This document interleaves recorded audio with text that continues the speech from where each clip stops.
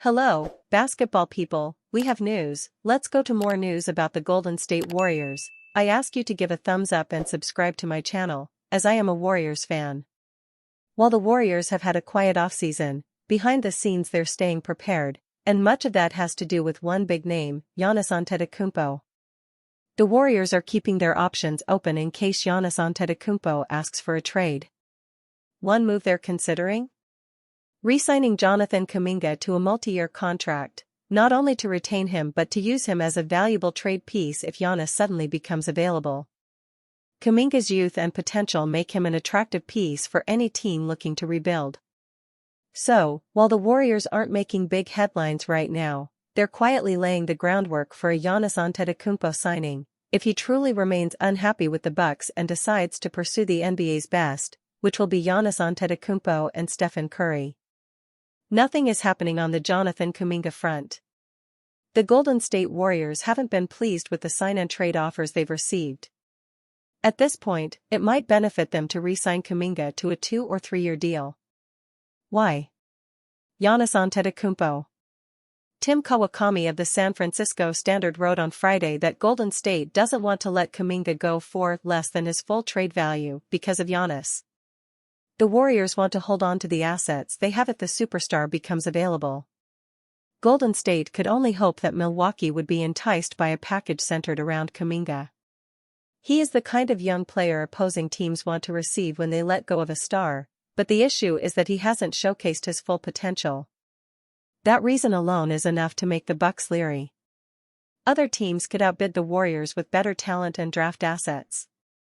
Still, re-signing Kuminga to a deal in the $20 million range, not his desired $30 million, would give Golden State a tradable salary. Considering that we're weeks into free agency, that possibility is becoming more likely. Warriors' dream would be using Kuminga in a package for Giannis. If Kuminga re-signs with the Warriors this offseason, he'd be eligible to be traded before the February deadline. Who knows how things will go for the Bucks in the first half of the season? A slow start could push Giannis to request a mid-season trade. Or he could wait until next summer to officially ask out. Kuminga believes he can become a multi-time All-Star if given the chance. The problem with him hanging around in San Francisco for at least the first half of next season is that he won't have the featured role he wants. How can he up his trade value if he's in and out of the rotation? Maybe, just maybe, he'll manage to play a consistent role. Thinking and planning for Giannis' departure from Milwaukee is a smart move. Perhaps he'll want to head to the West and play alongside Steph Curry. Even if that's Giannis' wish, the Bucks would be foolish not to go after the best offer, which the Warriors couldn't match. Crazier things have happened, though. Golden State fans have grown impatient waiting for a Kuminga resolution. Maybe that impatience could pay off with a future Giannis trade. It's fun to live in a dream world. If Antetokounmpo decides he wants to join forces with Steph and Draymond Green in the Bay, Golden State wants to be ready to strike. They may not have the most assets, but they're planning like a team that expects a shot. Sacramento Kings Jonathan Kuminga trade offer unveiled. Most of the NBA offseason activity has already occurred, yet restricted free agent Jonathan Kuminga is still waiting to learn which team he'll be playing for. Returning to the Golden State Warriors doesn't seem to be an option, despite him being a restricted free agent. Meanwhile, the Warriors would prefer to get something in return for the former number 7 overall pick, rather than see him leave and get nothing at all. A few teams have registered interest in making a trade with the Warriors, including the Sacramento Kings. While previous reports indicated that the Warriors would do just about anything to prevent trading Kuminga to their in-state rival, they may not have much of a choice. Recently, Clutch Point's Brett Siegel revealed exactly what the Kings' trade offer for Kuminga is. According to Siegel, they're willing to offload last year's first-round pick Devin Carter, plus Dario Saric, and a protected future first-round pick if it means getting Kuminga in return. Unfortunately, the Warriors have no interest in that offer. The Kings have signaled that they are willing to part ways with talents like Devin Carter, Dario Saric, and a protected first-round pick for the Warriors forward. This is a proposal that Golden State has not given any thought to and immediately turned down. Malik Monk is another name who has come up in trade talks from Sacramento this offseason, but his contract isn't one that the Dubs have expressed interest in. Meanwhile, Siegel notes that the Warriors have shown some interest in Keegan Murray and Keon Ellis, though it's not yet known whether the Kings would put either player on the trade table for Kuminga. Warriors can still grant Jonathan Kuminga the wish that rivals can't. Will the grass really be greener? The Golden State Warriors want to retain Jonathan Kuminga and have presented strong contract offers to the young forward, but convincing him that they can provide an environment where they can fulfill his wish of becoming star remains problematic. Kuminga has thus far turned down offers from the Warriors and is in no rush according to ESPN on Thursday, with the Phoenix Suns and Sacramento Kings both viewed as potential destinations for the young forward. The Warriors can still offer Jonathan Kuminga an opportunity to thrive. Kuminga's situation is just as much about the on-court role and playing opportunity than it is about the actual contractual numbers. His time under Steve Kerr at Golden State has been a constant wave of turbulence and uncertainty, something that the Suns and Kings have promised won't be the case were he to join one of the two Pacific rivals. Kuminga is in search of a more guaranteed, consistent starting role and featured opportunity, sources said. That's something the Suns and Kings have pitched, ESPN's Anthony Slater wrote. Yet a deeper look at the comparative rosters would suggest the Warriors are actually in a better position to provide Kuminga greater opportunity in the short and long term.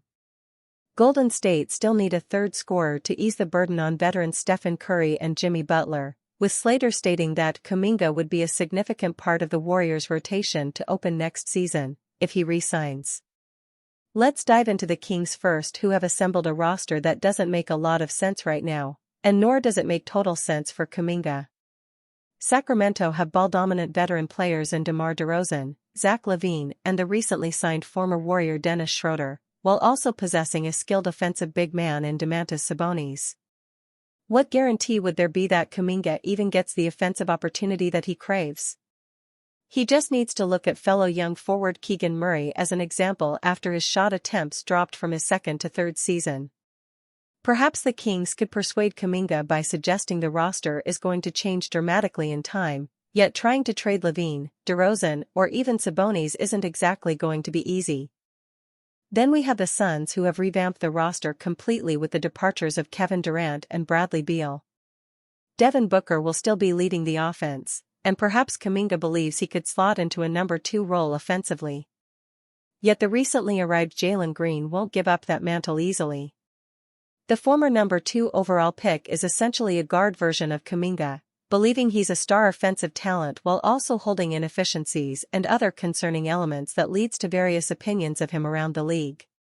Booker and Green are also 28 and 23 years old respectively, suggesting they're unlikely to have the amount of regular season rest or injury concerns that Curry and Butler are likely to have at the Warriors. These teams could offer Kuminga a guaranteed starting spot that Golden State might not be able to, but if the former 7th overall pick is good enough, his play may demand for him to start over Draymond Green anyway. The veteran forward is 35 and will rest plenty of nights himself, while already showing a willingness to come off the bench behind Kuminga. If Kerr and Kuminga can patch things up and work mutually together, there's a very distinct pathway in which the Warriors can actually grant the youngster a more favorable situation than what he'd get in Sacramento or Phoenix. The Warriors aren't looking to replace Jonathan Kuminga. Of the names that have been strongly linked to the Warriors as free agency targets over the past few days, none of them would be classified as Kuminga replacements. Golden State already lacks some forward options as it is, and there's been no indication of them targeting alternative options in the event that Kuminga does actually leave. Free agent forwards like Chris Boucher and Trey Lyles have been speculated as potential fits for the Warriors, but that's more so by fans rather than any concrete reporting that suggests the front office actually has interest. Instead, Golden State have been largely linked to free agent guards who could provide them more shooting. The franchise is expected to sign former guard DeAnthony Melton coming off a torn ACL, while Slater's report also notably mentioned the mutual interest between the Warriors and Seth Curry, the younger brother of Stephen, who is a 43.3% career three-point shooter. Golden State is also expected to sign Al Horford, having been linked to the 5x All-Star from the hours prior to free agency even beginning. While Horford and Kuminga are both front-court players, they're essentially the exact opposite, given the former is a savvy veteran center who's become a high-level three-point shooter in the latter half of his career. In fact, bringing in Horford actually makes more sense if you're also re-signing Kuminga. The hope would be that the 39-year-old can provide a balance to Kuminga's raw athleticism and power at the rim, while also not asking Steve Kerr to consistently have two young front-court players on the floor at the same time in Kuminga and Quinton Post. As much as fans are frustrated by the fact that Kuminga is stalling the franchise's free agency movement right now, the 22-year-old could be an important piece to bring back given the lack of insurance measures the Warriors have in place. Rumored asking price for Jonathan Kuminga should not scare Suns. Is Golden State serious? With the Phoenix Suns having done a whole host of business this offseason so far, you would be forgiven for thinking their roster churn would begin to slow down. Although a long-term solution at the point guard position, such as Josh Giddey, would be an excellent way to continue building for the future, Jordan Goodwin is as capable a stopgap as they could realistically find.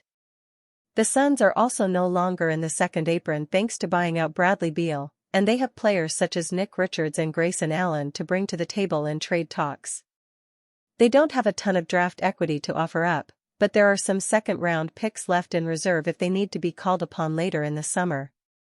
Laughable asking price for Jonathan Kuminga shouldn't faze Suns. Another young player with upside who the Suns have been linked with in recent days is Jonathan Kuminga of the Golden State Warriors. He is in need of a change of scenery, and the Valley looks like the perfect place to kickstart his career. They are now a younger roster who could do with his explosive athleticism on both ends of the court. But according to Anthony Slater of ESPN, who covers the Warriors extensively, his understanding is that the Warriors are looking for a first-round pick plus a young player with real upside in order to part with the 22-year-old. On top of both of those asks, they also don't want to take back any bad contracts that could derail their future either. The reason that's not going to happen, which is why the Suns shouldn't be concerned by that asking price that they clearly cannot come close to making a reality, is because what a team thinks their player is worth versus what they ultimately go for is rarely aligned. It is different if that individual is a superstar, which Kuminga is not. But you need only go back to DeAndre Ayton's departure from Phoenix to remember how underwhelming this can be for the franchise that is getting rid of the player. A former first overall pick who had helped anchor a defense to the NBA Finals had to be worth something juicy, right? Wrong. Here is Jusuf Nurkic, Grayson Allen, Nasir Little and Keon Johnson. That Allen became the best player the Suns got in that deal was criminal, although given Ayton quit on the Portland Trail Blazers and is now with the Los Angeles Lakers, it was actually not as lopsided as it felt in the moment. The point being though that every organization thinks more highly of their players even when trying to move on from them, but the Warriors will learn the hard way here. They don't want to give him a large contract, but they'll want to move off this issue sooner rather than later. The best the Suns can offer is nowhere close to what they want, and it could easily be trumped by other teams as well. But that shouldn't be a reason to not test the resolve of the Warriors, and see if they can steal Kuminga this summer.